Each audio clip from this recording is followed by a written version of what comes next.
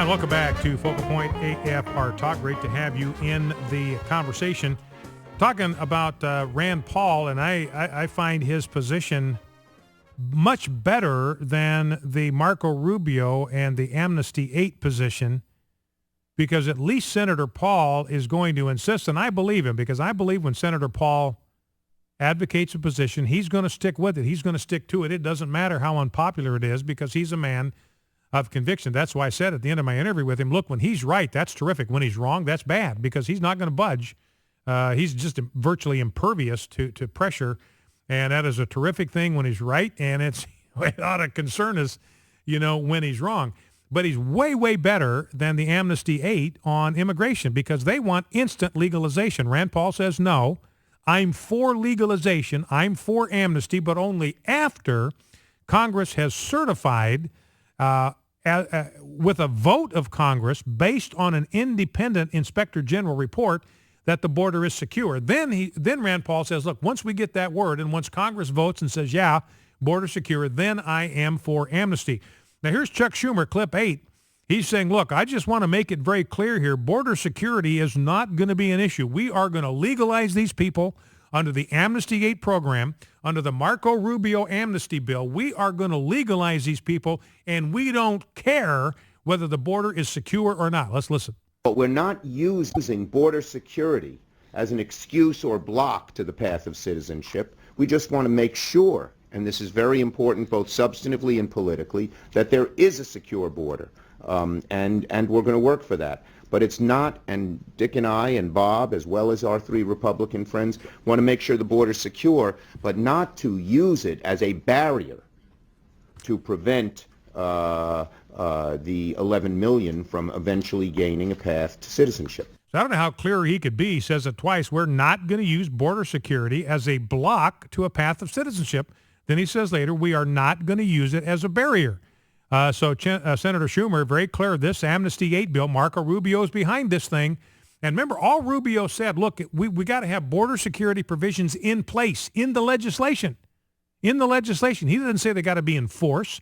Doesn't say they have to be implemented. They just have to be in the legislation. There got to be triggers in there before I'm going to support the thing. Well, the question is, when is the trigger going to get pulled? Is the trigger going to get pulled before you grant legalization or after? And Marco Rubio told Sean Hannity after.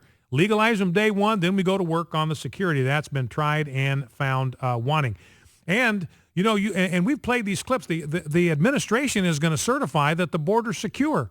I played the clip for you. Janet Napolitano played that before. Border's never been more secure. Jay Carney, the border's more secure than it's ever been in 20 years. So as far as they're concerned, the border is secure. That criterion has already been met. So let's go ahead and legalize them all, because the border is more secure than it has been in 20 years. Now here's a rancher, clip 9. Here's a rancher, and this is boots on the ground. He sees it with his own eyes. He begs to differ with the hogwash that the border is secure. Let's listen. You've been here your whole life. Do you believe there's a day that goes by where people are not crossing on your ranch? No, I don't believe there is a day that goes by, either illegal immigrants or somebody smuggling contraband drugs.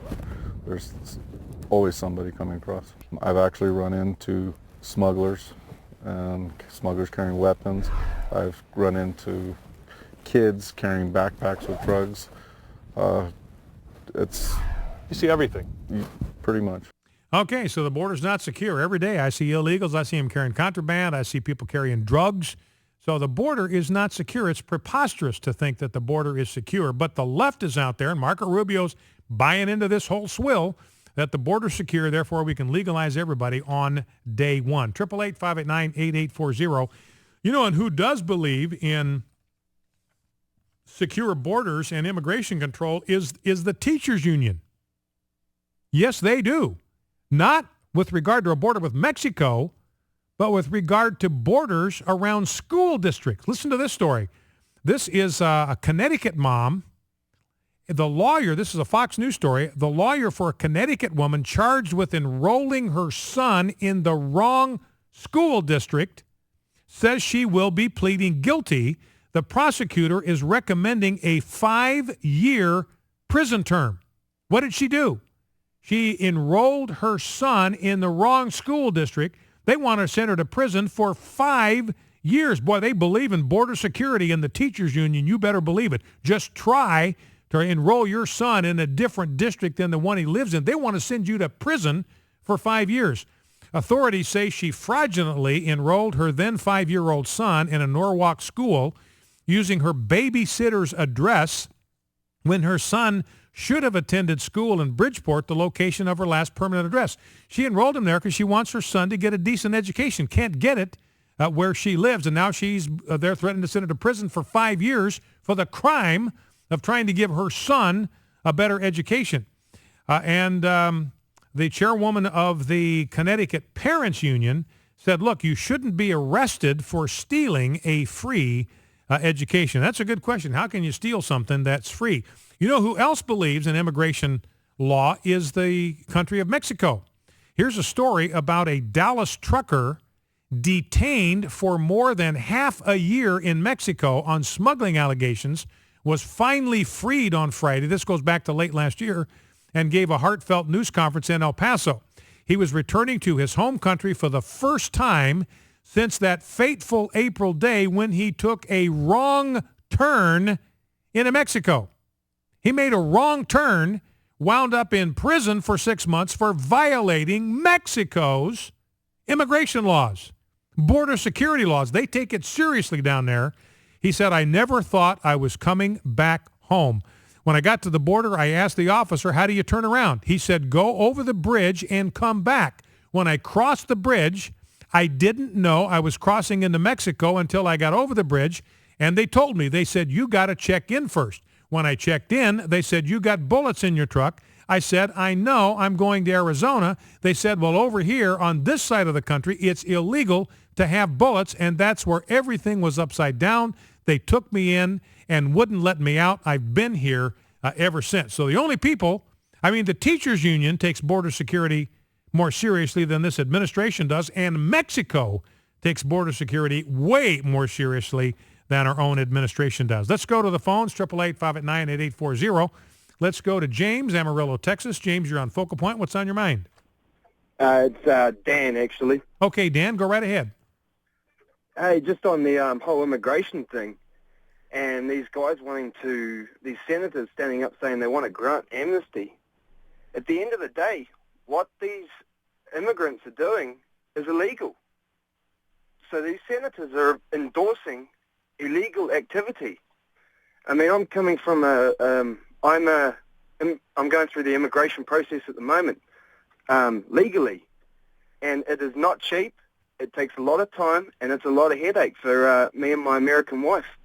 And these people that just want to come in illegally and are going to get granted citizenship right off the bat. I can't even get citizenship for 3 years, at least. Well, and James, they want to grant amnesty to them? Well, James, I'm glad you called, because this is the thing, the blindness here on the part of the Republicans, that we got Republicans going along with this. Marco Rubio wants to be our president. He's going along with this flagrant disregard for the rule of law. And James, I'm so glad you called, because I have friends like you back in my home state of Idaho.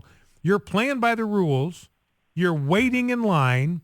It's paperwork. It's bureaucratic red tape. It's one delay after another. And all of a sudden, James, Marco Rubio wants to instantaneously legalize 12 million people who are breaking our law. You're obeying our law, and you're stuck behind them in the line. That aggravates me, and it's not even happening to me. Yeah, it's crazy. If they're going to do that, where does it stop? You should turn around and say to prisoners in prison, oh, well, you did armed robbery, but no one actually got hurt, so we're just going to let you out. Yeah. What's the difference? Well, and part of the deal is that under the rule of law, everybody is equal before the law. That's a standard rule of American jurisprudence. Now, the only way that this could be fair, if you cross the border one time illegal, it's a misdemeanor. You cross it twice, it's a felony.